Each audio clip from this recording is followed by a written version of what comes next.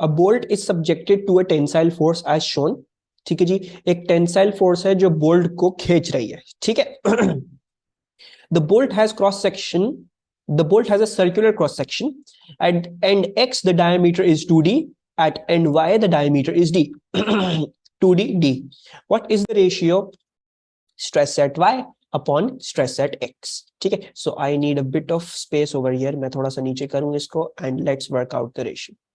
अच्छा, रेशियो कैसे वर्कआउट करेंगे भाई? आपको चाहिए stress at Y divide by the stress at X. So stress at Y किस तरह से निकलेगा? स्ट्रेस एट वाई निकलेगा मैं इधर ही लिख रहा हूं, it will be the force at Y. ठीक है जी, फोर्स एट वाई होगी divided by the area at Y. ठीक है जी, सो एरिया एट वाई। और जो आपकी स्ट्रेस एट एक्स होगा, ठीक है, यानी डिवाइड हो रहा है bye the stress of x, तो स्ट्रेस ऑफ एक्स होगा force at x divided by area of x. ठीक है। अच्छा, अब बड़ी इंपॉर्टेंट बात इसमें ये समझनी है कि there is no such thing as F Y and F X, दोनों सेम फोर्स है। क्यों? जब खींच रहे हो किसी चीज को तो दोनों साइड से इक्वली खींच रहे हो, right? You pulling them equally. So the tensile force जैसे मैं आपको बताया था, इट इज सेम, दो तरीकों से मार्क होती है। और जैसे this is two different free body diagram इस केस में, लेकिन it's basically these two tensions will be same. So F Y and F X are basically the same thing. So I'm not going to differentiate them, मैं इनको FF ही लिखूंगा। And then you can see कि क्या हो जाएगा, this will be F upon area Y. Why are they same? Okay, एक second, into area X upon F। ये बात समझ में नहीं आई? अच्छा मेरा बच्चा देखो,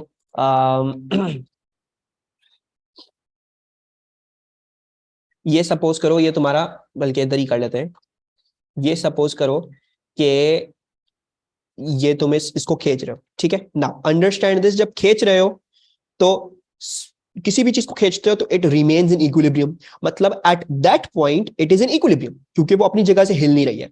यानी मतलब ये क्या हुआ कि तुम जो इस साइड पे जो फोर्स लगा रहे हो वो तुम उस साइड पे भी फोर्स लगा रहे हो बराबर, राइट? किसी भी चीज को खींचोगे कभी भी तो दिस डज नॉट मूव। एक नट को खींचो, एक पेंसिल को खींचो, ठीक है, इसको खींच रहा हूं मैं, तो अगर ये हिल नहीं रही है अपनी जगह से, यानी ये हॉरिजॉन्टली इक्विलिब्रियम में, तो यानी ये जो फोर्स है वो उस फोर्स के बराबर है। These two forces are equal, therefore this is in equilibrium. ठीक है, बाकी ऑब्वियसली जब ये अपने आप को बचा रहा होगा, टूटने से बचा रहा होगा, तो there must be a tension like this in this. ठीक है, इसके अंदर जो टेंशन डेवलप होगी वो ऐसी। और मैंने आपको बताया था टेंशन जो है वो एक मटेरियल को उसकी एक्सटेंशन से रोकने से बचाती है, और दो डायरेक्शन में मार्क होती है ना मटेरियल, जो उसको बेसिकली बता रही होती है कि तुमने टूटना नहीं है, तुम्हें एक्सटेंड नहीं हो जाना, तुमने शेप खराब नहीं करना, तुमने बच के रहना है। तो tension are like this in this thing. ठीक है, लेकिन मैं उसमें फोर्स लगा रहा हूं, these two must be equal. अगर ये वाली ज्यादा बड़ी होती तो ये स्प्रिंग इधर आ जाता, अगर ये वाली ज्यादा बड़ी होती तो ये स्प्रिंग इधर आ जाता, right? Are you getting my point? और ये हमेशा होगा जब भी एक चीज को खींचोगे दोनों एंड से, ठीक है जी, दोनों एंड से खींचोगे तो it must must must be equal, this force must be equal to this force, वरना स्प्रिंग अपनी जगह से हिल जाएगा। ठीक है, अच्छा ठीक है, क्वेश्चन में स्पेसिफाई नहीं किया हुआ if the spring is moving और नॉट। हो अच्छा, तो इस तरीके से को समझ लो। ठीक है, वैसे किसी भी चीज को खींचोगे तो इट्स लाइक एक चीज खींच नहीं सकती, अगर ये वाली फोर्स ज्यादा बड़ी होगी तो वो खींचेगी नहीं, वो मूव करेगी।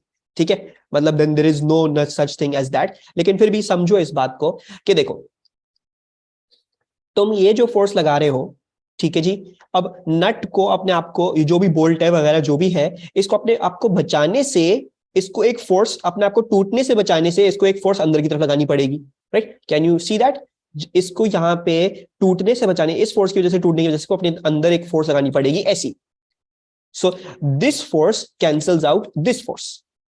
ठीक है, लेकिन अब ये जो बोल्ट में जो ये वाली फोर्स आ गई है, ठीक है जी, दिस, ये देखो, अब अगर इसको देखोगे, सिर्फ नट को देख रहे हो तो एक फोर्स नट में अंदर की तरफ लग रही है। ठीक है, so there must be an opposing force जो बिल्कुल उसको भी कैंसिल आउट कर रही हो within the nut. There must be an opposing force within the nut cancelling it out. ठीक है, और वो बराबर होनी चाहिए, वरना क्या होगा, ये इसको तोड़ देगा, right? So if you are pulling at one end, there is a tension developed in the other way, और उस एक मटेरियल को बचाने के लिए you always have a similar tension developed in the opposite direction, ताकि अगर से खींच लो किसी चीज को तो वो बीच में रह के वो अपने आप को रोक सके। ठीक है, और किसी को कंप्रेस कर रहे हो तो वो बाहर की तरफ पुश करते हुए वो अपने आप को कंप्रेस होने से बचा सके। ठीक है, जैसे मैंने आपको फोर्सेस में पढ़ाया था, आई टोल्ड यू कि एक स्ट्रिंग को एक्सटेंड करोगे तो उसमें जो है वो टेंशन इस तरह से बनती है, but you only draw the free body diagram वाली tension, right. So for example अगर वेट की वजह से नीचे जा रहा है तो तुम ये वाली टेंशन आती है सिर्फ, लेकिन है तो ये वाली भी टेंशन। क्यों? बिकॉज अगर सिर्फ ऊपर वाली टेंशन है तो उसका मतलब है स्ट्रिंग ऊपर जाके चिपक जाएगी या स्ट्रिंग ऊपर चलेगी, नहीं, उसको कैंसिल आउट करने के लिए एक और टेंशन चाहिए होगी। अच्छा, जब ये कैंसिल आउट करने के लिए एक और टेंशन ये बना रहा हूं तो इस टेंशन को भी कैंसिल आउट करने के लिए एक और फोर्स होनी चाहिए।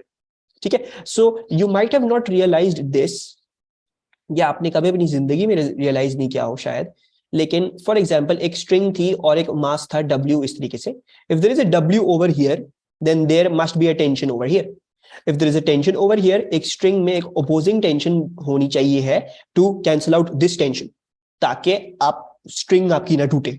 ठीक है, तो इट मस्ट नॉट ब्रेक। दूसरी बात अब देखो, अब अगर ये टेंशन है इधर तो there must be some sort of force in the upper direction like this. ठीक है जी, एट द वॉल, वरना ये यहां से निकल के बाहर गिर जाएगी।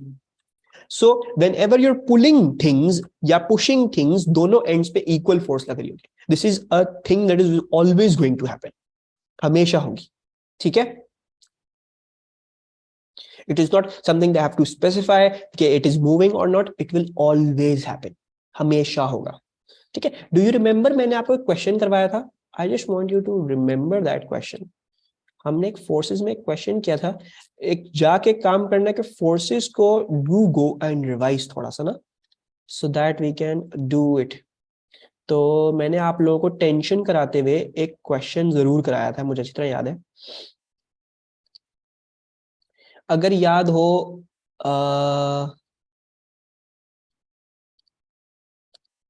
ये वाला सवाल, ये याद है? दिस वायर जो इंजन ट्रॉली को चला रहा है तो वायर था बीच में, फिर आपको बताया था दो टेंशन होनी चाहिए। ये टेंशन पर फ्री बॉडी डायग्राम के थ्रू हमने अलग अलग सॉल्व करी तो टेंशन की वैल्यू सेम आ रही थी, right. So there must be two tensions in something to keep it from extending या कंप्रेसिंग व्हाटएवर। ठीक है, गो रिविजिट दिस क्वेश्चन, इस क्वेश्चन को दोबारा से ट्राई करना तो समझ में आ जाएगी why there must be two opposing tensions, और वो दोनों टेंशंस बराबर होनी चाहिए to keep the extending thing in equilibrium. ठीक है, ये हमेशा होगा। सही है जी, so this is not something they will specify to you. अच्छा जी, अब आ जाते हैं यहाँ पे, तो ये देखोगे you see that this F and this F cancel out and you are going to get an area X upon area Y. अच्छा, now let's try to work out area x upon area y. You know इसका diameter d है, इसका diameter 2d है, so area x क्या हो जाएगा? area x जाएगा, और circular cross section थी, ठीक है, circular cross section meaning pi r square। ठीक है, और अगर pi r square ना हो, डायमीटर में सॉल्व करना चाह रहे हो तो डायमीटर में क्या हो जाएगा? Diameter is 2 times the radius। तो अगर यानी मुझे डायमीटर को लिखना है तो मुझे डायमीटर को डिवाइड बाय 2 करना पड़ेगा, diameter divide by 2 is radius, so pi d upon 2 whole square, radius ये मैंने d अपॉन 2 लिख दिया। तो इसका एक और फॉर्मूला आता है d square upon 4, pi d square upon 4। You can either workout circle का एरिया पाई r स्क्वायर से या पाई d स्क्वायर अपॉन 4 से। ठीक है, सिर्फ r स्क्वायर में d अपॉन 2 डाल दोगे तो पाई d स्क्वायर अपॉन 4 आ जाएगा formula. So I am going to use this will be pi, अच्छा now I'm just going to write this down for you, pi dx square upon 2 upon 4, ठीक है, area x के लिए, and then divided by pi, ठीक है, ये देख रहे हो, area x divided by area y, तो area x divided by area y, so this will be pi dy square upon 4। अच्छा, now let's do this। Pi dx square क्या है? dx स्क्वायर है 2d है, ठीक है, सो d के पूरे पूरे अंदर तुमने 2d डालना होगा, so this is 2d whole square divide by 4, then multiplied by ये 4 ऊपर चल जाएगा, this will be pi dy क्या था? dy था d, सिर्फ d था, so this will be d square. अच्छा, now if you open this side up, 2d whole square will become 4d square, ठीक है, this will become 4d square. So just देखो 4 and 4 cancel, pi and pi cancel, d square and d square cancel, and your ratio works out to be only a 4. So your answer must be a 4.0. Right? Any problems in this? Achha, now this is a very good question. An elastic cord of unstretched total length 16 centimeter and cross-sectional area 2.0 in 10 to the power minus 6 meter square is held horizontally by two smooth pins a distance of 8 centimetre apart. ठीक है जी, सो दो smooth pins के बीच में ये एक elastic cord इस तरह से लगी हुई है। अनस्ट्रेच्ड टोटल लेंथ ये क्या दी हुई है आपको, ये आपको दी हुई है एल नॉट, और क्रॉस सेक्शनल एरिया आपको दिया हुआ है, यानी आपको एरिया दिया हुआ है ऑफ द वायर, ये चीज। ओके जी, the cord obeys Hooke's law. A load of mass 0.40 kg is suspended centrally on the cord. The angle between the two sides of the cord supporting the load is 60 degree. ठीक है जी, सो जो load को support किया जा रहा है, ये जो दो वायर्स के, ये जो दो जो कॉर्ड की ये बन रहे हैं इस तरह से 60 डिग्री का एंगल है दोनों के बीच में। ठीक है, अच्छा फिर आपको कहते हैं what is the Young modulus of the cord material, we need to work out the Young modulus. So if you remember, the Young modulus का formula is F into L naught, ठीक है, you can see the derivation पहले वाली, F into L naught upon area into delta L, right? अच्छा अगर इधर देखोगे तो L naught भी पता है, एरिया भी पता है, हम डेल्टा L भी निकाल सकते हैं। डेल्टा L कैसे निकाल सकते हैं भाई, ये पहले 8 था, ऑब्वियसली ऊपर वाली भी 8 होगी, सो 8 प्लस 8 16 है, जो उन्होंने बोली हुई है 16 सेंटीमीटर की L naught थी। एक्चुअली फिर अब इधर अगर देखोगे, if you look at this, अगर ये एंगल 60 डिग्री का है, रिमेंबर अगर किसी भी ट्रायंगल का एंगल 60 डिग्री हो जाए एक, तो लाजिमन उसके बाकी एंगल्स भी 60 डिग्री ही होंगे। ठीक है, so this is going to be forming an equilateral triangle. दूसरी बात इधर से कंफर्म हो गई है कि देखो 8 सेंटीमीटर की वाली लेंथ की और 8 सेंटीमीटर की वाली लेंथ दी है, ऑब्वियसली इसका मतलब क्या हुआ, अगर ये वाला 60 डिग्री 8 सेंटीमीटर बना रहा है, तो ये वाला 60 डिग्री भी ये वाला 8 सेंटीमीटर, ऑब्वियसली ये वाला भी 60 डिग्री, यानी this is an equilateral triangle, this is an equilateral triangle. तो यानी इसका मतलब ये हुआ कि ये वाली लेंथ भी क्या है, this is also an 8 centimetre.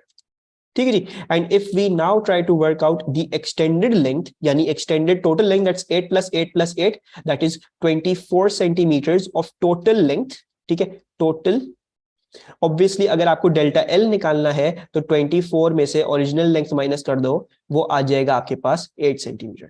ठीक है, सो हमें हमारे पास जो है वो ये भी आ गया, ये भी आ गया, 8 सेंटीमीटर सब कुछ आ गया। अब बस ये फोर्स निकालने की देर है, फोर्स क्या लेनी। ठीक है, remember this, the force is the tension. ठीक है, फोर्स आप लोगे जो वायर में टेंशन प्रोड्यूस हो रही है। ठीक है, तो ये वेट नहीं प्लग इन कर देना उठा के, आपको टेंशन लेंगे। ठीक है, सो अक्सर बहुत सारे केस सिनेरियो में तो यही होता है कि वेट ही ले लेते हैं क्योंकि वो ही टेंशन के बराबर होता है, लेकिन जरूरी नहीं है हर जगह वेट टेंशन के बराबर हो। तो if this is the weight downwards, so हमने जो है ये फोर्सेस वाले चैप्टर में देखा था कि ऑब्वियसली अगर ये दो इस तरह से कॉर्ड्स इस तरह से एक्सटेंडेड है, तो इधर एक टेंशन होगी टी इस तरीके से और इधर एक टेंशन होगी टी इस तरीके से। ठीक है, और ये दोनों मिला के इस को ऊपर रख रही है। ठीक है, अच्छा ऑब्वियसली ये इस टेंशन का कोई ना कोई हॉरिजॉन्टल वर्टिकल कंपोनेंट होगा, और ऑब्वियसली इस वाली टेंशन का भी कोई ना कोई हॉरिजॉन्टल वर्टिकल कंपोनेंट होगा। ठीक है, so this and this and this and this, and you know कि इसका जो टेंशन वाला कंपोनेंट होगा हॉरिजॉन्टल डायरेक्शन में, वो उस वाले हॉरिजॉन्टल डायरेक्शन में टेंशन वाला कंपोनेंट के बराबर होगा। राइट, दूसरी बात ये कि एक कॉर्ड में टेंशन जो है वो हर वक्त सेम ही होती है, चाहे जहां पे भी ले लो, तो इसमें जहां जहां भी टेंशन जो जो भी आ रही है वो सब सेम ही होगी।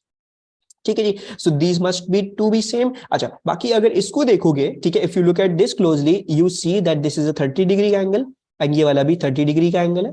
ठीक है, इफ यू रिजॉल्व दिस, अगर आप इसको रिजॉल्व कर दोगे, इसको रिजॉल्व करोगे इसके वर्टिकल कंपोनेंट में, तो ये बनेगा टी साइन, सॉरी,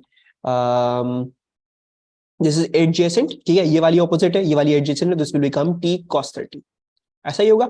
और ये एक का टी cos 30 है, दूसरे वाली भी मिल के इधर दोनों मिल के ऊपर वाली अपवर्ड फोर्स बना रही है, that is 2t cos 30। Right, कोई प्रॉब्लम्स अभी तक समझ में आ रहा है सब कुछ? यस, सो दैट मीन्स कि वेट जो है आपका वो 2t cos 30 के बराबर, weight will equals to 2t cos 30। अच्छा, वेट क्या है, वेट इज 0.40 इंटू 9.81, टेंशन हमें निकालनी है 2 इंटू टेंशन इंटू cos 30। ठीक है, can anyone give me the value of cos 30? तो सॉरी cos 30 यार, टेंशन की वैल्यू दे सकता है कोई मुझे? Divided by 2 into cos 30, what's the tension की value? 2.27, thank you Abdullah, 2.27 newton. अब we have all of the information. Tension हम फोर्स की जगह रखेंगे, एल नॉट हम एल नॉट की जगह रखेंगे, एरिया हम एरिया, डेल्टा एल हम डेल्टा एल की जगह रख देते हैं। तो the force the tension is 2.27। ठीक है जी। ये नहीं करेंगे कि ये वाली भी 2.27 है, ये वाली भी 2.27 है, ये वाली भी 2.27 है, तीन टेंशन मिला के इधर डालेंगे, नहीं, पूरे कॉर्ड में एक ही टेंशन होगी। ठीक है जी। अब उसको जिस जिस लिहाज से देखोगे वो डिफरेंट नजर आती है। ठीक है, but you going to take the tension जो एक सिंगुलर टेंशन होगी। ठीक है, so just going to take it as 2.27 over here. ठीक है, 2.27 लेते हैं। एल नॉट को आप लेंगे 16 इंटू 10⁻²। ठीक है, बिकॉज आपको ओरिजिनल लेंथ बताई हुई थी 16 सेंटीमीटर, तो मैंने वो उठा के 16 में डाल दिया। एरिया हमें कितना बताया था? एरिया हमें बताया था 2.0 इंटू 10⁻6 मीटर स्क्वायर, तो इसको कन्वर्ट करने की जरूरत भी नहीं है, 2 इंटू 10⁻6। एंड डेल्टा एल क्या था? डेल्टा एल हमारे पास 8 सेंटीमीटर था, यानी 8 इंटू 10⁻² था। सो 8 into 10⁻²। Can't we use weight as a force? नहीं अल्मा, why? Because देखो, जब भी तुम डिफॉर्मेशन इन सॉलिड्स वाला चैप्टर देख रही हो, ये जो फोर्स है हर फॉर्मूला में वो टेंशन है, that's the tensile force. And you can clearly see इस केस सिनेरियो में W टेंशन के बराबर नहीं है, W जो है वो 2t cos 30 के बराबर है। सो इधर से तुम्हें कैलकुलेट करके T निकालना पड़ेगा। That is the difference between this and this सवाल। वरना अगर सवाल ऐसे होता कि स्प्रिंग है और इसके अक्रॉस ये मास लगा हुआ है, तो weight downwards, tension T upwards, तो इधर उठा के वेट भी डाल दे तो वो सेम सही होता है, क्योंकि वेट और टेंशन बराबर होते हैं इस केस में। इस केस सिनेरियो में वेट और टेंशन बराबर नहीं है, 2t cos 30 इक्वल्स टू 8। ठीक है, so make sure you look out for that. C आ रहा है। Okay, so Abdullah has given us the answer, ये भाई सी आ रहा है आंसर, तो yes exactly this is 2.3 into 10 to the power 6, the answer comes out to be C। कोई प्रॉब्लम इस सवाल में? चीज क्लियर हुई? ठीक है जी। ये वाला सवाल बड़ा अजीब सा सवाल है, बड़ा डिफरेंट सा सवाल है। ठीक है, क्या बोलता है ये बोलता है to determine the mass of food in a pan, a scale is used that has high sensitivity for small masses but low sensitivity for large masses. ठीक है जी।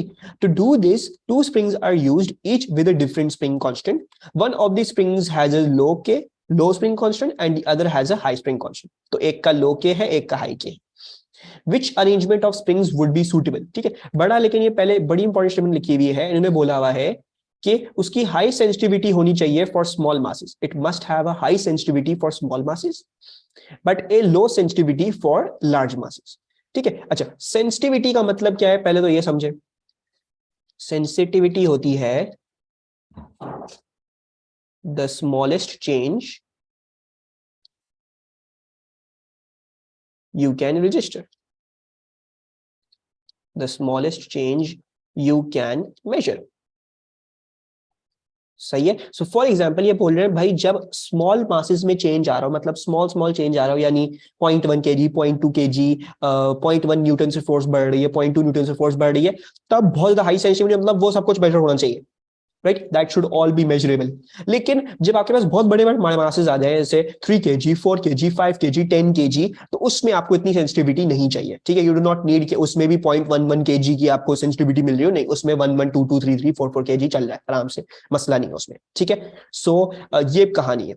ठीक है, so now looking at all of these जो है वो answers, which arrangement do you think, I think I did this question pehle bhi with you guys, which arrangement do you think will give you a low sensitivity for small masses but a higher sensitivity for large masses? Sorry, maine ulta bol diya, higher sensitivity for low masses and lower sensitivity for higher masses. You want low sensitivity when you're measuring small masses. ठीक है जी। अब देखो, small masses के लिए तुम्हें extension ज्यादा चाहिए है, you need an extension higher. ठीक है, मतलब 0.1 0.2 kg में इतनी एक्सटेंशन होनी चाहिए दैट शुड बी नोटिसेबल। ठीक है, अगर एक्सटेंशन हायर चाहिए, so in this case you must be using a smaller spring constant, right? Because we just saw K equals to F upon delta L. So if you need a higher extension, your K must be smaller. ठीक है, so for measuring small masses we want the small के वाला, जो lower के वाला जो spring है वो डोमिनेंट चाहिए, that should be the dominant thing.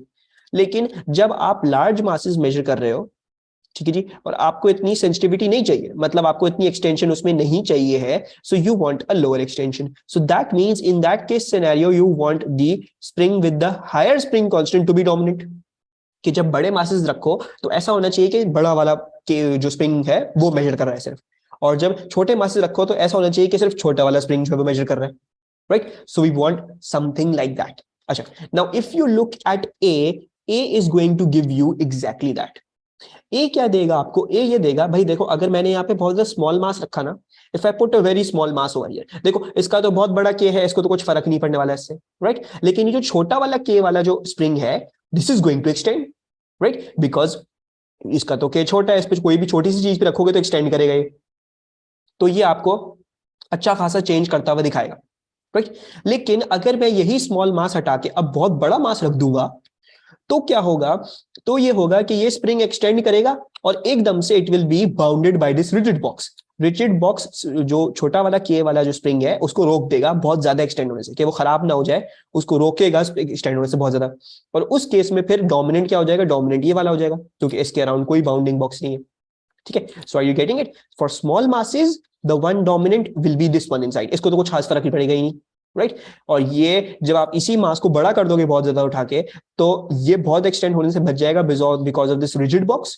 और ये जो बड़ा के वाला है फिर ये टेक ओवर कर लेगा, क्योंकि ये तो एक्सटेंड ही नहीं करेगा, और जब ये रिजिड बॉक्स से रुक गया तो ये तो एक्सटेंड नहीं करने वाला. तो इसकी वजह से और कोई खास चेंजेस आपको मिलेंगे नहीं, सारा फिर बड़े वाले के पे चल जाएगा. Are you understanding the reasoning? बात समझ में आ रही है? ठीक है, so just look at B for example. B में अगर तुम रख दोगे बहुत बड़ा मास, तो अब देखो स्मॉलर के वाले को एक्सटेंड करने से कोई बचा नहीं सकता, तो एक्सटेंड करके खराब हो जाएगा, राइट. क्योंकि जब ये मास पूरा रखोगे ये दोनों को एक्सटेंड करवाएगा, दोनों को एक्सटेंड करवाएगा तो ये तो खराब हो जाना है, right. It will definitely get खराब. तो ये जो है वो बड़े मास के लिए काम नहीं कर सकता. इसी तरह इसमें आ जाओ, सिमिलरली अगर इसमें भी बड़ा मास रखोगे तो लोअर के वाले के पास कोई बाउंडिंग बॉक्स नहीं है, ये एक्सटेंड होकर खराब हो जाएगा. ठीक है, तो this will also not be a good case scenario. ठीक है, so this is also not the correct option. और अगर डी को देखोगे, if you keep a small mass इसमें, ठीक है, तो देखो बड़ा वाला के और ये वाला दोनों साथ में लगे हुए, ठीक है. अब इन दोनों में से कोई भी डोमिनेंट नहीं होगा, right. None of them will be dominant. छोटा वाला रखोगे तो ये तो बहुत ही कम एक्सटेंड करेगा, ये चाहेगा कि मैं ज्यादा एक्सटेंड कर दूं, लेकिन ये जब कम ही एक्सटेंड हो रहा है और दोनों साथ ही चिपके हुए, तो एक्सटेंड होने से इसको रोकेगा. It will not let it extend, right. और जब बड़ा वाला रखोगे तो ये वाला एक्सटेंड करेगा और वो जो है वो एक्सटेंड करके वो खराब हो जाएगा. So D is also not the correct option, because ये बड़ा वाला के इसकी एक्सटेंशन को होने से रोकेगा. It will be the biggest thing that will be controlling the extension, because they both are in parallel. This platform दोनों के साथ चिपका हुआ है, तो अगर ये एक्सटेंड करेगा तो जितना एक्सटेंड करेगा उतना इसको भी एक्सटेंड करना पड़ेगा, right. Just understand that. So basically अगर मैं बहुत छोटा मास रखूंगा तो इसको तो कुछ खास फर्क ही नहीं पड़ रहा, तो ये वाला चाहे एक्सटेंड करना भी चाहे, सेंसिटिविटी देना भी चाहे, कर नहीं सकता, क्योंकि इसको इसके साथ चिपक के रहना है. So therefore this will not work for smaller masses. Understood? Yes, okay. आ जाते हैं अब हम इस पे, ठीक है. So state Hooke's law. Hooke's law क्या था? Hooke's law ये था कि the tensile force on an object under stress.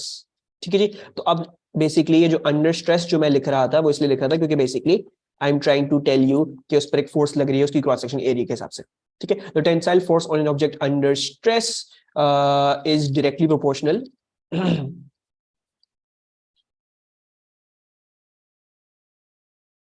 to the change in length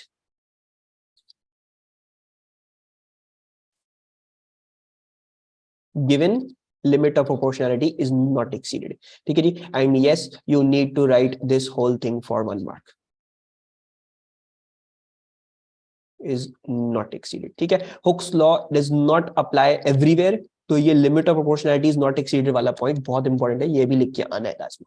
अच्छा, फिर आपको क्या दिया हुआ है? दे हैव आस्क्ड यू कि हमने आपको एक फोर्स एक्सटेंशन ग्राफ दिया हुआ है, फोर्स है और ये आपकी कंप्रेशन है. ठीक है, this is force against compression. ठीक है, अब देखो x लिखा हुआ है, डेल्ट ई नहीं है, दिस इज x. ठीक है, तो फोर्स अगेंस्ट कंप्रेशन है और ऐसे हुक्स लॉ ओबे हो रहा है, डायरेक्टली प्रोपोर्शनल की line. Show that the elastic potential energy of the spring is 0.64 joules when its compression is 16 centimeters. So how do we do this question? Area under curve, exactly, so you will just take the area under the curve और ये देखोगे it is working out to be a triangle. अब आपको अगर निकालनी भी है energy क्या हो जाएगी, एनर्जी हो जाएगी हाफ इंटू बेस यानी एक्स इंटू फोर्स, ठीक है, तो हम फोर्स में मल्टीप्लाई कर देंगे। अब देखोगे हाफ एक्स क्या है, दैट इज 16 सेंटीमीटर्स, कन्वर्जन करना नहीं भूलिएगा, 16 इंटू पावर -2 है, सेंटीमीटर्स में था, ठीक है जी। और फोर्स क्या है, वो आपकी न्यूटन्स में है, फोर्स आपकी 16 सेंटीमीटर उन्होंने पूछा था, दैट इज एन 8 न्यूटन, ठीक है जी। So if you work this out this should be exactly working out to a 0.64 joules. तो हमने प्रूव कर दिया, हमने दिखा भी दिया। अच्छा, अब ये आपको कहते हैं the spring in B is used to project a toy car along a track from point X to point Y as illustrated in figure 4.2। तो the spring is initially given a compression of 16 centimetres, ठीक है जी, यानी spring को ये compress करते हैं 16 centimetres तक और फिर उसके साथ क्या करते हैं, एक कार जो है वो लगा देते हैं, ठीक है। सो बेसिकली ये होता है कि ये स्प्रिंग था ओरिजिनल लेंथ में, ठीक है, अब इसको एक कंप्रेस कर दिया, अब इसने obviously elastic potential energy gain कर ली होगी, तो इसके साथ गाड़ी चिपका दी एक साथ, बिल्कुल मिला दी गाड़ी, ठीक है, ताकि जैसे ही छोड़ोगे तो एक स्प्रिंग एक्सटेंड करेगा और ये गाड़ी जो है वो शूट होगी आगे, ठीक है। So that's basically what they are doing actually. So when the spring is released, it projects the car forward. The car leaves the spring at point X with kinetic energy that is equal to the initial elastic potential energy of the compressed spring. ठीक है, very important ने बोला है kinetic energy उतनी होगी जो उसके initial elastic potential energy के बराबर होगी, ठीक है। सो लेट्स जल्दी से do that. The car follows the track around a vertical loop of radius 0.12 and then passes point Y, assume that friction and air resistance are negligible, ठीक है, तो हम इसके बाद नहीं लेंगे। अच्छा, the car goes like this, एक पूरा लूप कवर करके फिर ये वाई तक आती, ठीक है जी। अच्छा, पहले ये बोलते हैं एक्स पे आपकी जो काइनेटिक एनर्जी है वो इलास्टिक पोटेंशियल एनर्जी के बराबर है, सही है जी। सो उन्होंने आपसे पूछा है the speed of the car eight X, so I think it's pretty easy, kinetic energy किसके बराबर है, वो जो है वो इलास्टिक पोटेंशियल एनर्जी के बराबर है। अब इलास्टिक पोटेंशियल एनर्जी कितनी है, वो उतनी है कि जब आपने 16 सेंटीमीटर तक इसको जो है वो कंप्रेस किया था, we just work that out, वो 0.64 जूल्स आता है, ठीक है। So the elastic potential energy is 0.64 equals to half, mass क्या है, मास इस चीज का, इस गाड़ी का मास 0.076 into 0.076 and velocity square. So can anyone give me the value for the velocity? और ये कंफर्म भी कर सकते हो, I know this is very very easy, I hope कि सबको समझ में आ रहा होगा। काइनेटिक एनर्जी 0.64 क्यों होगी, वो इधर लिखा हुआ मेरे बच्चा, एक्स पे kinetic energy is equal to the initial elastic potential energy of the compressed spring, ठीक है, तो हमने निकाली थी 0.64 होगी at a compression of 16 centimetre, तो 0.64 must be equals to the kinetic energy at X, right, यही लिखा हुआ है। So 4.104, ठीक है अल्फा, थैंक यू। So 4.104, अच्छा, एंड कोई ये बताएगा कितनी सिग्निफिकेंस तक दूं आंसर, और क्या दूं answer, basically give me the answer, क्या लिखूं इधर, 4.1, थैंक यू। अच्छा जी, फिर आ जाते हैं the kinetic energy of the car when it is at the top of the loop. अच्छा, ये एक्स पे से यूं चलता गया चलता गया चलता गया और ये इधर से करता हुआ ये गाड़ी जो है वो आपकी यहां आ चुकी, ठीक है, टॉप ऑफ द लूप पे पहुंच चुकी है। उन्होंने आपको ये बता दिया है कि इसकी अभी भी कोई ना कोई वेलोसिटी है, ऑब्वियसली वो आपसे पूछना चाह रहे हैं भाई काइनेटिक एनर्जी क्या है इस पॉइंट पे, तो मैंने मतलब वो ये बात कर रहे हैं कि कोई ना कोई इसकी वेलोसिटी है, ठीक है। अच्छा, now in contrast to the kinetic energy, मतलब यहां पे सिर्फ काइनेटिक एनर्जी थी, ऊपर भी काइनेटिक एनर्जी है, लेकिन ऊपर और कौन सी टाइप ऑफ एनर्जी आ गई है, what kind of energy have we gotten instead of kinetic energy, gravitational potential energy, because you have gained a height. So because you have gained a height, और वो हाइट कितनी है, radius था 0.12, तो एक 0.12 और दूसरा 0.12, this will be 0.24 metres, 0.24 metres की आपने हाइट गेन करी है, ठीक है। सो बेसिकली कहने का मतलब ये है कि if I call this point, let's say we call this point A, so the energy at point X must be equal to the energy at point A, conservation of energy at point x must be equals to energy at point a, and you know energy at x क्या थी, वो सिर्फ kinetic energy थी, energy at a क्या है, वो gravitational potential energy है plus some kinetic energy as well, जो रह गई है जी। काइनेटिक एनर्जी कितनी है आपके पास? काइनेटिक एनर्जी आपके पास थी 0.64 जूल्स जब आप लीव कर रहे थे, जब आप एक्स पे थे। So this must be 0.64। Gravitational potential energy आपने कितनी गेन करी है? वो mgh गेन करी होगी। सो मास इज दिस 0.076। g क्या है आपका? 9.81 है। और आपने हाइट कितनी गेन करी है? आपने हाइट जो है वो 0.24 मीटर्स गेन करी है। And obviously you must have some kinetic energy left over, so half m 0.076 and then v2 square। ठीक है। अच्छा, अब्दुल्ला जीपी के साथ ये के ई क्यू ऐड किया है। बेसिकली देखो, ये x पे थी, ये a पे है, ये a पे है। ऑब्वियसली देखो, जब गाड़ी ऊपर पहुंची है तो इसके पास अभी भी कोई ना कोई वेलोसिटी होगी, यानी अभी भी कोई ना कोई एनर्जी होगी, kinetic energy, right. It is never necessary कि सारी सारी kinetic energy gravitation potential energy बन जाए। ठीक है, हो सकता है ऊपर गई हो और वेलोसिटी हो। और ने बात कंफर्म करी, ने बोला है kinetic energy of the car when it is at the top of the loop. पूछते ही नहीं, अगर जीरो हो जाती तो बेसिकली यहां तो वेलोसिटी होती है, तो नीचे गिर जाती। So for it to travel this whole thing, it needs to have some certain velocity to pass this point even. तो जो भी एनर्जी इस पॉइंट पे है x पे, that was only kinetic energy, वो जो है वो इस पॉइंट पे भी जो एनर्जीज है उसके बराबर होगी। तो एक एनर्जी उसमें जो है वो ग्रेविटेशन पोटेंशियल एनर्जी है, दूसरी एनर्जी है जो थोड़ी बहुत काइनेटिक एनर्जी आपके पास बच गई होगी, right. So this is working out to be a 0.1789, ठीक है जी। और 0.5 into 0.076 that is a 0.038, 0.038 v square, v2 square. ठीक है, thank you Alma, thank you so much. 0.64 0.64 minus 0.1789 divided by 0.038 and you, oh एक सेकेंड, अच्छा हमें kinetic energy निकालनी थी इस पार्ट में। ठीक है, कोई मसले की बात नहीं है, हम निकाल लेंगे। Well we just did some extra working इधर। सो खैर हम इधर से देख लेते हैं, ये जो वेलोसिटी जो आ रही है, मैंने गलती से जो है वो बगैर पढ़े हुए क्वेश्चन कर दिया। वेलोसिटी अल्फा ने हमें दी है दैट इज 3.483।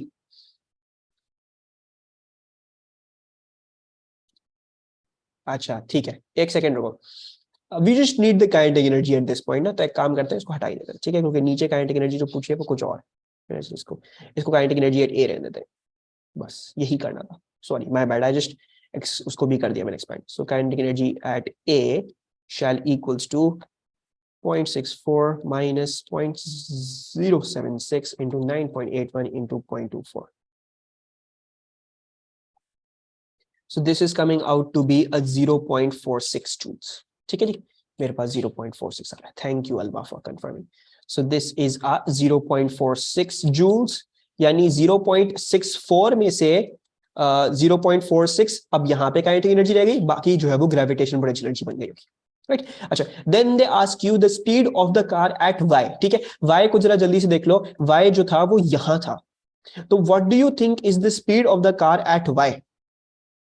वो कैलकुलेट करना पड़ेगा, ये ऐसी आ सकता है same as at speed x, because the gravitational potential energy जो भी आपने गेन करी थी वो आप सारी लूज करते हुए वापस आ गए हो, you are still on horizontal ground. तो अब देखोगे, अगर इस पॉइंट पे भी काइनेटिक एनर्जी थी और इस पॉइंट पे भी अब सिर्फ काइनेटिक एनर्जी रह गई है, तो जितनी काइनेटिक एनर्जी इधर थी अभी भी उतनी काइनेटिक एनर्जी इधर भी है। सो दैट मींस जो x पे जो स्पीड थी 4.1, y पर भी वही स्पीड होगी। दूसरा रीजन क्या है उसका? दूसरा रीजन ये है कि आपने निग्लेक्ट करी है फ्रिक्शन एंड एयर रेजिस्टेंस, ठीक है, तो कोई लॉसेस प्रोड्यूस नहीं हो रहे इन दोनों की वजह से, कोई हीट नहीं बन रही। Actually, then in practice a resistive force due to friction and air resistance acts on the car so that its kinetic energy at y is 0.23 joules less than its kinetic energy at x. Determine the average resistive force acting on the car for its movement from x to y. Okay, very important. भाई ये आपको बोल रहे हैं कि जो आपकी kinetic energy eight y है, हकीकत में क्योंकि there is a resistive force that is basically 0.23 joules less than at x, so it's basically kinetic energy at x minus 0.23, right? अच्छा, kinetic energy at x क्या थी? kinetic energy at x थी आपके पास whatever, ठीक है, जो भी थी, forget, ठीक है, हमें उसकी जरूरत नहीं है, हम इसी को लेके करेंगे। whatever the kinetic energy, उसमें से बेसिकली ये मतलब निकल रहा है, यानी बेसिकली इस बात को समझो कि this all thing is the loss, right, ये सारा लॉस है। या इसको ये समझोगे कि this is the work done against friction, ऐसी बात ये, this is the work done against friction. अच्छा, और अब आपसे पूछते हैं एवरेज रेजिस्टिव फोर्स निकाल दो, तो वो कैसे निकलेगी, वो वर्क डन वाले फॉर्मूला सकती है भाई। अगर आपको पता है 0.23 is the work done against the friction force, जिसको मैं लिख सकता हूं फ्रिक्शन इनटू द डिस्टेंस, जिस डिस्टेंस के ऊपर फ्रिक्शन पूरी पूरी एक्ट करी है, सो 0.23 will equals to the friction force, और सारा का सारा डिस्टेंस लेना पड़ेगा जिस पे से ट्रॉली जो है वो कवर कर दी गई है। So the trolley covered 0.30 metres, इस तरीके से ट्रॉली ने जो है वो 0.30 कवर किए थे इस तरह। फिर it went around a circle, उसके पूरे सर्कमफेरेंस पे, ठीक है जी। So circumference of the circle क्या होगा, वो होगा 2 pi r, right, and the radius was 0.12, so plus 2 pi and the radius is 0.12 and plus then finally y पे आते हुए it travelled 0.25 metres, so it travelled 0.25 metres, और तो ये सारा उसने डिस्टेंस कवर किया। इस सारे के सारे डिस्टेंस पे फ्रिक्शन फोर्स हमेशा एक्ट कर रही थी, तो I just multiplied the friction by all of the distances जो आपने मूव किए। अब क्या करना होगा, आपने ये कैलकुलेट करके बस 0.23 को इससे डिवाइड करना होगा, ठीक है। So can anyone give me the answer to this, और सब मुझे ये भी बताओ समझ में आ रहा है ये जो मैंने किया है। अच्छा, this is working out to be a 0.177, ठीक है जी। And let's write this down to correct to two significant figures. This will be a 0.18. ठीक है अब्दुल्ला, देखो इट्स नॉट अ मुश्किल सवाल, सिंपल एनर्जी कन्वर्जन, ठीक है। पहले कहते हैं इलास्टिक पोटेंशियल एनर्जी जो आपने स्टोर करी थी वो सारी काइनेटिक एनर्जी बनी, तो आपने वो लिख दी, ठीक है। फिर आपसे पूछते हैं इस पॉइंट ए पे दे दो, तो जो एनर्जी इस पॉइंट पे थी वो एनर्जी इस पॉइंट पे भी होगी, राइट। सो यानी इस पे काइनेटिक एनर्जी थी, इस पे काइनेटिक एनर्जी ग्रेविटेशन पोटेंशियल दोनों थी, तो ये मैंने इस तरह से लिखा और मैंने काइनेटिक एनर्जी ए निकाल दी, ठीक है। फिर आपसे पूछते हैं वाई पे क्या होगी वेलोसिटी, तो बेसिकली वाई पे उतनी ही होनी चाहिए जितनी एक्स पे होनी चाहिए थी। Why, because gravitation potential energy जो उसने गेन करी थी वो लूज हो गई, और उस वक्त तक हम एयर रेजिस्टेंस निग्लेक्ट कर रहे थे, तो यानी ये हो गया 4.1 ऊपर थी, 4.1 नीचे भी हो गई। फिर क्या आपको बोलते हैं, फिर आपको ये बोलते हैं 0.23 जूल्स लेस था, यानी वो सारा का सारा लॉस था। किस वजह से लॉस हुआ, वर्क डन अगेंस्ट फ्रिक्शन से। सो फ्रिक्शन की वैल्यू वैसी वैसी, डिस्टेंस जो पूरा वक्त फ्रिक्शन जिस पे एक्ट कर रही थी वो पूरा डिस्टेंस लेना पड़ेगा, वो पूरा डिस्टेंस डालोगे, कैलकुलेट कर दोगे, रेजिस्टिव फोर्स आ गई। मेरे हिसाब से तो ये 12 मार्क जो है वो काफी आसान 12 मार्क है, ठीक है। एंड ये आप देख लो कि अक्सर बेशतर वर्क एनर्जी पावर का सवाल जो है वो इसके साथ लिंक्ड आएगा, डिफॉर्मेशन सॉरी लिंक्ड आएगा, ठीक है। So if they don't want to give you a stand alone question on both of these topics, तो हम मिला के दे देंगे।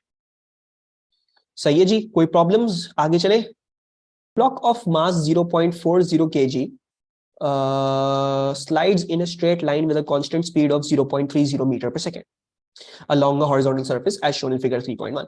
constant speed से जा रहा है, इतनी constant speed से, and the block hits a spring and decelerates. The speed of the block becomes 0 when the spring is compressed by 8 centimeter.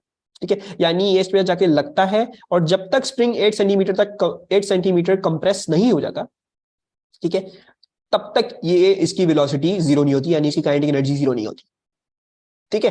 तो अब आपसे पूछते हैं calculate the initial kinetic energy of the block. So how do I work out the initial kinetic energy of the block? So I think that will be kinetic energy equals to half mv square, ठीक है, pretty simple, pretty straightforward, बस अब formula में चीज उठा के डाल दोगे। सो हाफ मास क्या है इसका 0.40 kg है, वेलोसिटी क्या है 0.30 है, इजी पीजी, 2 मार्क्स तो ये वाले फ्री के थे मेरे हिसाब से। What's the answer to this? 0.018, so this is 0.018. अच्छा, this is too significant, too significant, too significant, ठीक है, जबरदस्ती जीरो ऐड किया है हर जगह ताकि 2 सिग्निफिकेंट हो, सो उसको भी मुझे 2 सिग्निफिकेंट तक ही छोड़ना पड़ेगा, 0.018 ही लिख के आए, ठीक है।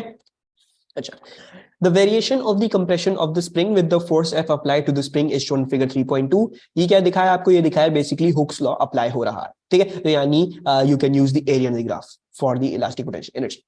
Use your answer in B1 to determine the maximum force exerted on the spring by the block. ठीक है, अच्छा, टेलिंग यू कि भाई अपना आंसर इस्तेमाल करो और हमें ये बताओ कि मैक्सिमम फोर्स क्या लग रही है जो एफ मैक्स है जो स्प्रिंग पे होगी। तो B1 तो एनर्जी थी. What should I use? How should I go about this?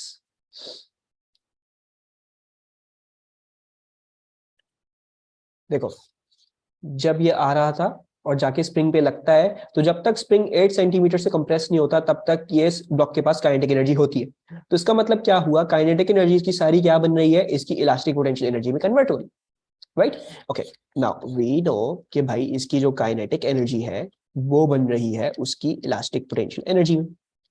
Okay, now kinetic energy कितनी है, we work that out. The kinetic energy is 0.018. So 0.018.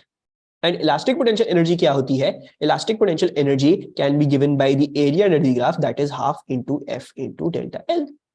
Right, अब 0.018 will equals to half will equals to f max, जो आप 8 centimetre पे जो है वो assume करना चाह रहे हो. सो 8 इंटू 10⁻². सही है, समझ में आ रहा है, कोई प्रॉब्लम? अब आंसर टू दिस. इतना चुप चुप क्यों? Why are we not getting answers? Work done against friction नहीं है, नहीं ना, there is no work done against friction. अगर वो बोलेंगे फ्रिक्शन है तो आपको बताएंगे क्वेश्चन में फ्रिक्शन लो, ठीक है, वरना नहीं लेने की जरूरत. Friction, friction is negligible definitely. ठीक है, देखो अगर फ्रिक्शन नेग्लिजिबल नहीं होती ना तो ये कांस्टेंट स्पीड से नहीं जा सकता. If it is travelling with a constant speed, ठीक है, तो इसका मतलब है कि there is no friction on it. ठीक है, क्योंकि अगर फ्रिक्शन होती तो इसको कंटिन्यूअसली इसकी स्पीड कम करती थी. So there is no friction on this. सही है, so there is no friction. What is this answer that we getting? अच्छा, और देखो जब भी उनको बताना होगा ना कि फ्रिक्शन लो, तो वो आपको बताएंगे पी पेपर 2 के क्वेश्चन में फ्रिक्शन का बारे में बताएंगे कि फ्रिक्शन लो. ठीक है, बाकी there will always be enough hint in the question के पता चल जाएगा कि फ्रिक्शन होगी कि नहीं होगी. अगर नहीं भी बताया, जैसे इस केस में है कांस्टेंट स्पीड है तो there must not be any friction. So I think we are getting a 0.45. हमारे पास 0.45 आ रहा है. अच्छा, सो फिर आ जाते हैं, let's now work out the maximum deceleration. Maximum deceleration कैसे निकालूंगा जब मेरे पास फोर्स आ गई? F equals to ma. Very good, F equals to ma. ठीक है, सो आपने अभी फोर्स निकाली, दैट वाज अ 0.45 न्यूटन. ठीक है जी, सो 0.45. ब्लॉक का मास क्या है, ब्लॉक का मास जो है वो दिया हुआ था 0.40 kg. सो 0.40 kg ब्लॉक का मास होगा. एक्सेलरेशन a हो गई. You can now work out the maximum acceleration. So 0.45 divided by 0.40 will equals to a 1.1 meter per second square. अच्छा, now state and explain whether the block is in equilibrium before it hits the spring. So जब ये spring को लगने से पहले सारा ये motion करता हुआ जा रहा था, was it in equilibrium? क्या मैं ये कह सकता हूँ कि इक्विलिब्रियम में था? और क्वेश्चन में ऐसी क्या हिंट है कि इक्विलिब्रियम में था कि नहीं? What's the hint? What's the word over here? Constant speed. Perfect. If it was traveling with a constant speed, then it must be in equilibrium. ठीक है जी? Yes.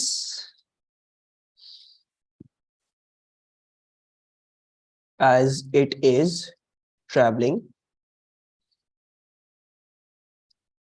with a constant speed. अच्छी.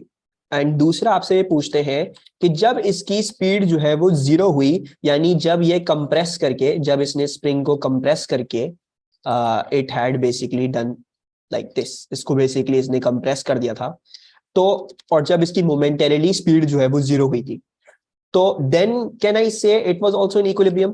क्या ये बोल सकता हूं कि जब बिल्कुल इंस्टेंटेनियसली स्पीड जो है वो 0 हुई थी, तो क्या वो जो है वो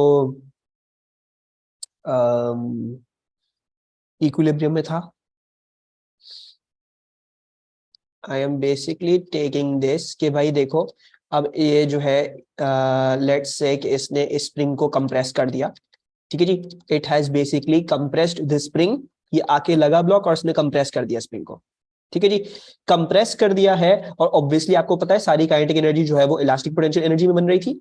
right, so at this instant जब उसकी सारी की सारी kinetic energy elastic potential energy बन गई और ये मोमेंटरीली रेस्ट में आ गया था, बिल्कुल एक पॉइंट आएगा रेस्ट का, फिर ये जैसे कंप्रेस किया फिर स्प्रिंग इसको उठा के बाहर फेंक देगा वापस, राइट। तो जो पॉइंट था बिल्कुल बीच में कि बिल्कुल मोमेंटरीली एक पॉइंट पे आया रेस्ट पे, तो at that point was it in equilibrium?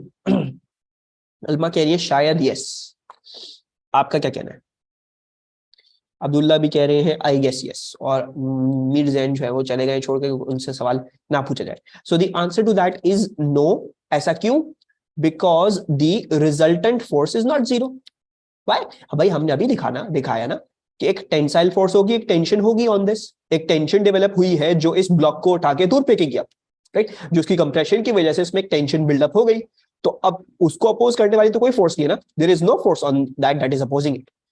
अगर इक्विलिब्रियम दिखाना होता तो उसका मतलब था ये यहाँ पे भी कोई और एक फोर्स होनी चाहिए थी, and there is no such force. So ये जो टेंसाइल फोर्स डेवलप हुई है, the resultant force on it is now not zero, so it will not be in equilibrium. ठीक है, so not in equilibrium